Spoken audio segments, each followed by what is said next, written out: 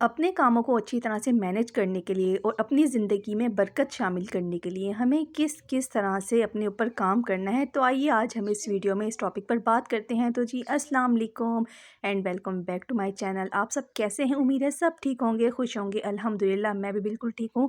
तो ये मैं आपसे एक दाल, मूंग की दाल की रेसिपी शेयर कर रही हूँ। मूंग की दाल बनाते हुए क्या होता है कि हमें बाद में तड़का लगाना पड़ता है ना, तो ये मैंने तड़का पहले ही लगा के मूँग की दाल बनाई है। तो वो कैसे बनाई है, सबसे पहले मैंने लहसुन को बारीक-बारीक कट करके ऑयल में फ्राई किया। उसके बाद उसमें टमाटर ऐड किए और नमक, मिर्च और हल्दी ऐड कर दी और उसके बाद इसमें दाल डाल के भून ली और फिर उसमें पानी ऐड कर लिया। तो इस तरह से क्या होगा, बस ये दाल खुद ही बनती चली जाएगी और हम अपने कामों के साथ अपने बाकी काम कर सकते हैं और हमें तड़का लगाने की फ़िक्र भी नहीं होगी। तो बस गैस जाने से पहले मैंने दाल रख ली और उसके बाद बाकी कामों को भी हमने अपना करना होता है। और सबसे पहले जो है उस सर्दी के बिस्तर को अगर समेट लेना हम, तो हमारा आधा काम तो डन हो जाता है।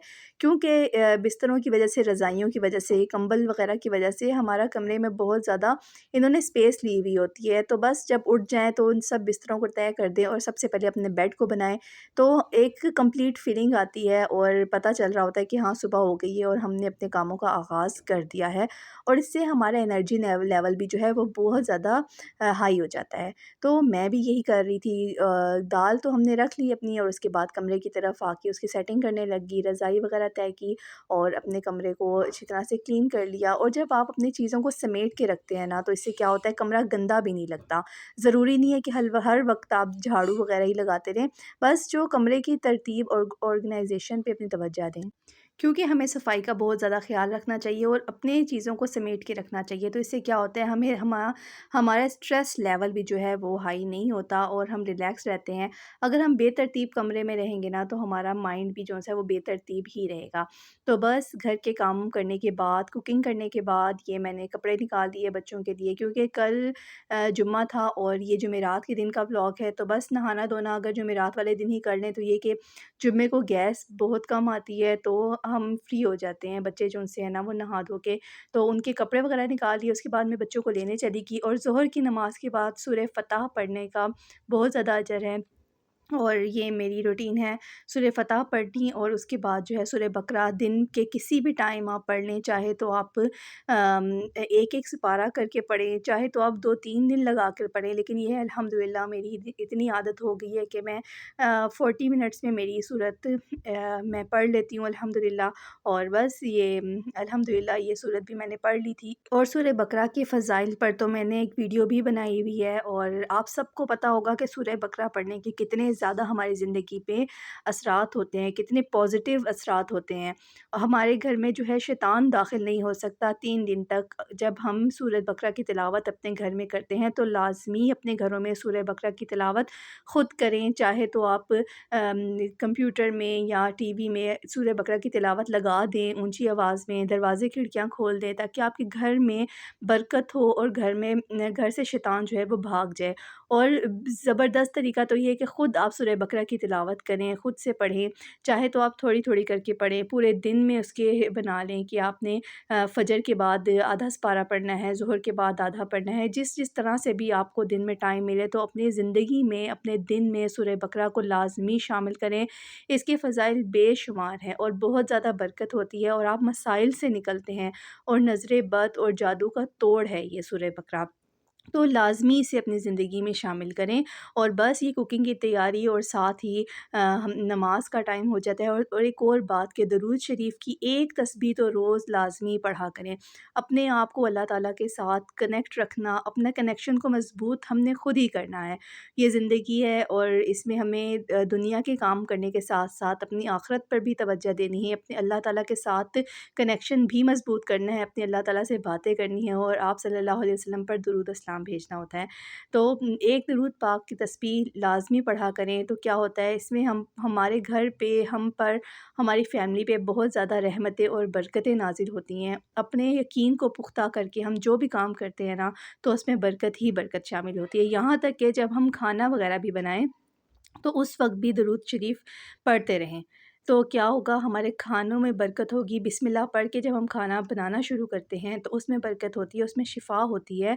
और बस अल्लाह ताला के साथ जो है अपना दिन का हर लम्हा बंदा गुज़ारे ना, तो बहुत ज़्यादा उसकी ज़िंदगी पर असरात पड़ते हैं और उसके दिल में और ज़्यादा मोहब्बत बढ़ती चली जाती है। मैंने ये देखा है कि इंसान जितना ज़्यादा अपने अल्लाह ताला को राज़ी करने की कोशिश करता है ना, उसके दिन में बरकत शामिल होती चली जाती है। पहले मेरे साथ भी ऐसा होता था कि जब मैं सूरह बकरा पढ़ती थी तो ऐसा लगता था कि बहुत ज़्यादा टाइम मेरे जो दिन का है ना वो इसमें चला जाता है। लेकिन आहिस्ता-आहिस्ता क्या होने लग गया कि मेरे दिन में बरकत शामिल होने लगी और अब अल्हम्दुलिल्लाह सूरह बकरा पढ़ते हुए पता ही नहीं चलता और सूरह बकरा अल्हम्दुलिल्लाह पढ़ी जाती है और इसकी बरकतें भी अपनी ज़िंदगी में देखने को मिलती हैं। बस आप भी ज़रूर पढ़ा करें। और यहाँ पर जी जैसे कि आपको मालूम है हम यहाँ पर जो गैस का टाइम था वो चला गया था। और क्या किया मैंने, बस मैंने कटिंग करके रख ली। ये आलू फलियाँ बना रही थी और इसकी मैंने कटिंग करके रख ली। फलियों को अच्छी तरह से वॉश करने के बाद इसको बारीक-बारीक कट किया, साथ ही आलू और प्याज़, लहसुन, टमाटर वगैरह सब कुछ छील के और वॉश करके मैंने रख लिया और ढक दिया और लहसुन भी कूट लिया, ताकि जैसे ही गैस आए तो टाइम वेस्ट किए बगैर मैं फटाफट अपना ये काम कर लूँ। और जब चीज़ें कटी हुई पड़ी हुई हो ना, सब्ज़ी वगैरह कटी हुई पड़ी हुई हो तो बहुत आसानी हो जाती है। और साथ ही मैंने आटा गूँध लिया।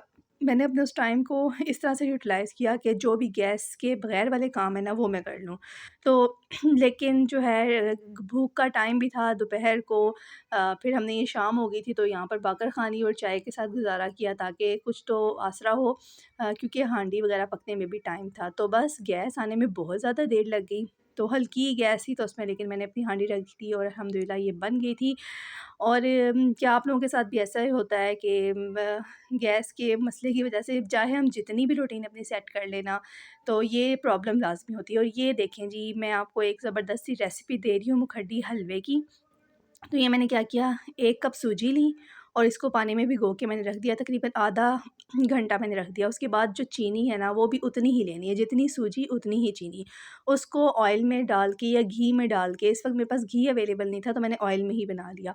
तो इसको चीनी को डाल के इसको अच्छी तरह से ना इसका कलर लाना है। चीनी जो है वो ऑयल में मेल्ट हो जाएगी और इसका कलर आ जाएगा। ये ऐसा लगेगा कि अभी मेल्ट नहीं होगी, लेकिन आहिस्ता-आहिस्ता ये थोड़ी-सी हैवी भी होती चली जाएगी। उसके बाद क्या होगा, ये एकदम से मेल्ट होने लग जाएगी। मुझे भी ऐसा लग रहा था कि शायद ये हलवा ख़राब ही ना हो जाए, क्योंकि चीनी ही नहीं मेल्ट हो रही थी। लेकिन ये क्या हुआ, जब वो थोड़ी-सी हैवी हुई ना चीनी, साथ ही वो मेल्ट होने लग गई और साथ ही कलर आ गया। फ़ौरन से आपने ये जो सूजी भीगी हुई थी ना, इसको हमने ऐड करना है। तो और उसे अच्छी से तरह से डाल के भूनना है। ये कुछ इस तरह से नज़र आएगा, लेकिन आहिस्ता-आहिस्ता इसकी शक्ल हलवे जैसी हो जाएगी। और साथ ही मैंने हांडी बन गई थी तो साथ ही मैंने दूसरे चूल्हे पे रोटियाँ बनाना शुरू कर दी, ताकि टाइम बच जाए और किचन में ज़्यादा देर खड़ा भी ना होना पड़े। और बस ये देखें जी, मज़ेदार सी आलू फलियाँ भी हमारी रेडी हो गई थी और रोटी भी बन गई थी और साथ ही हलवा भी बन गया था। तो बस जब जैसे गैस आए ना, तो फटाफट हमारे काम हो जाते हैं। और गैस ना हो तो बस कटिंग वगैरह का काम करके बंदा रख ले, ताकि जब गैस आए ना तो बस हम कुकिंग अपनी कर लें। तो ये देखें मुखंडी हलवे की फाइनल लुक। और इसके ऊपर मैंने किशमिश, खोपरा और तिल से गार्निश किया और तिल इसके ऊपर बहुत ही टेस्टी लग रहे थे। ये मैंने फ़र्स्ट टाइम इस पे तिल ऐड किए हैं, लेकिन ये वाक़ई बहुत ज़्यादा मज़े के लग रहे थे। तो बस आप भी लाज़मी ट्राई कीजिएगा और मुझे बताइएगा कि कैसी बनी। आई होप आपको मेरा आज का व्लॉग पसंद आया होगा। मेरे चैनल को लाइक, शेयर, सब्सक्राइब लाज़मी कीजिएगा और दुआओं में याद रखिएगा। और नेक्स्ट व्लॉग तक के लिए अल्लाह हाफ़िज़।